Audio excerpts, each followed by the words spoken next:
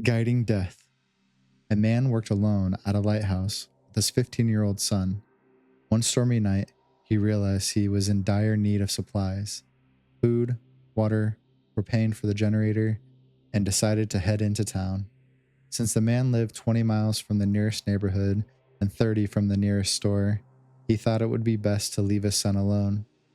He told him to be cautious, to lock the door, to stay in his room where it was safe. When he had driven almost 13 miles, he saw a single cloaked figure standing on a hill. He could not make out who or what this figure was through the downpour. Eventually, as he drew closer, he noticed a long scythe, and with a crash of lightning, he saw the hooded figure for what it really was. Frozen in fear, the car started to veer off the road. As he managed to regain control, he noticed that the figure was beckoning to him.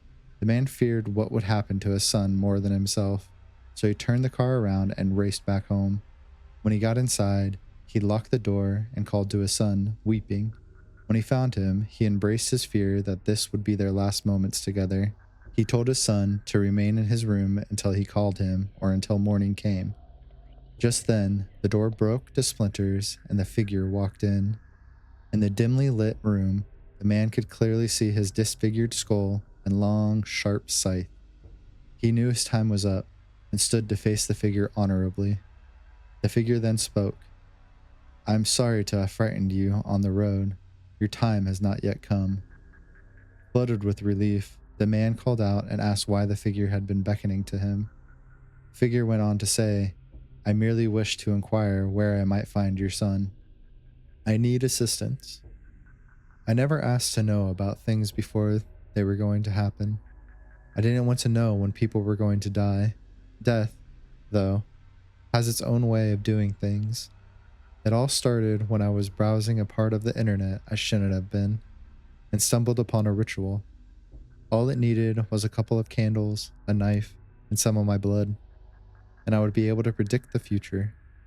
It warned that the future couldn't be changed, but what the hell did I care? Really, I was going to make a fortune. The ritual went perfectly. Well, almost. I was never good with pain, nor the sight of blood. That being said, I wanted to get it over with quickly. Too quickly. I cut fast and deep into my wrist. As I lay bleeding out, a hooded figure appeared before me. Death. He told me that in exchange for a few years of torture, I could continue living. My torture would be knowing when people I come into contact with in any way are going to die. I won't, however, be able to stop it. If I try to, I will die.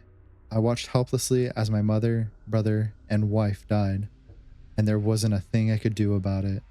I saw it all, perfectly, before it ever even happened, weeks before. I'm hiding this message here. Hopefully he won't notice until it's too late, for him. I've been editing for a while here. I really care about my editors. I need someone to send a message for me. One of our editors is going to die.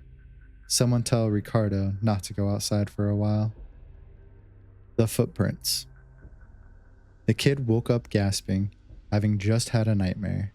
In his dream, a large man with a white blank mask had crept slowly across the dripping grass, through the sliding glass door and up to his room. He then opened his door and loomed over him with what appeared to be a piece of melted plastic, melted to a sharp point, then stood there, just waiting, and not with bated breath, but with heavy, eager pants and wheezes before slowly, patiently walking out. It's just a dream, the kid thought. It's just a dream, nothing bad, just my mind cleaning itself out. Normally, that alone would be enough to calm him, and after about an hour of tossing and turning, he'd fall asleep. However, there was a problem.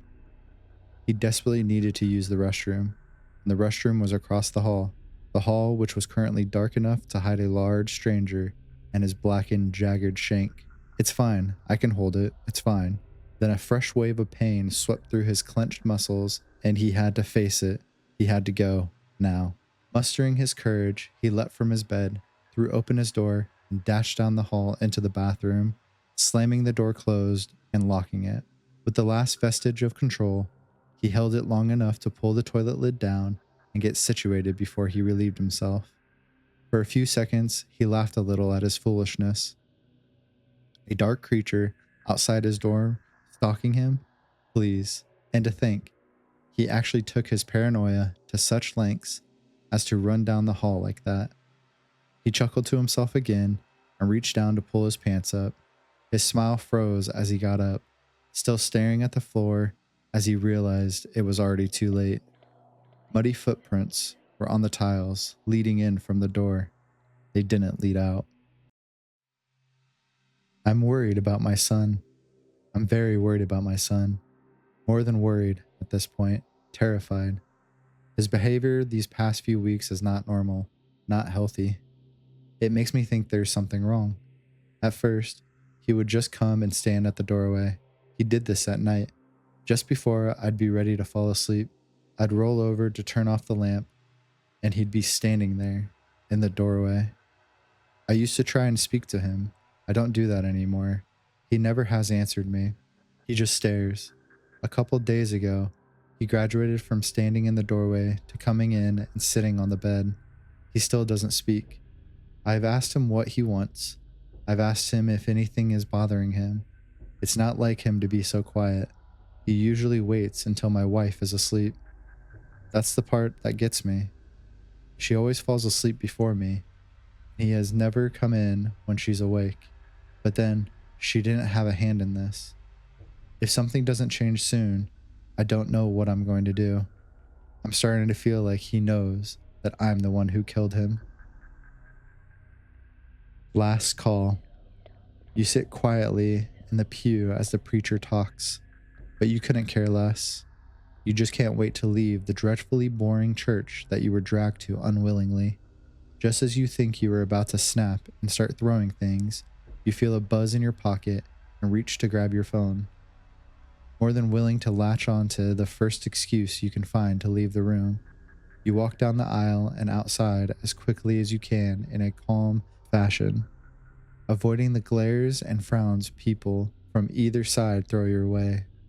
You flip open your phone and answer the conveniently timed call with the most polite hello you can muster. A raspy heaving of what may have once been considered breathing at some point lingers on the line for several moments, much to your concern. You attempt to acquire a reply once more by somewhat uneasily repeating, "Hello?" The voice on the other end seems to pause for a moment before whispering all too quickly, "Don't you love me?" before abruptly hanging up. You stand in bewilderment and sudden terror as you familiarize the voice. You stare at the screen, holding your mouth as to hold in the vomit. The screen reads one word, "Grandma." You throw the phone in disgust. Your grandma died last week. You knew this funeral wouldn't end well.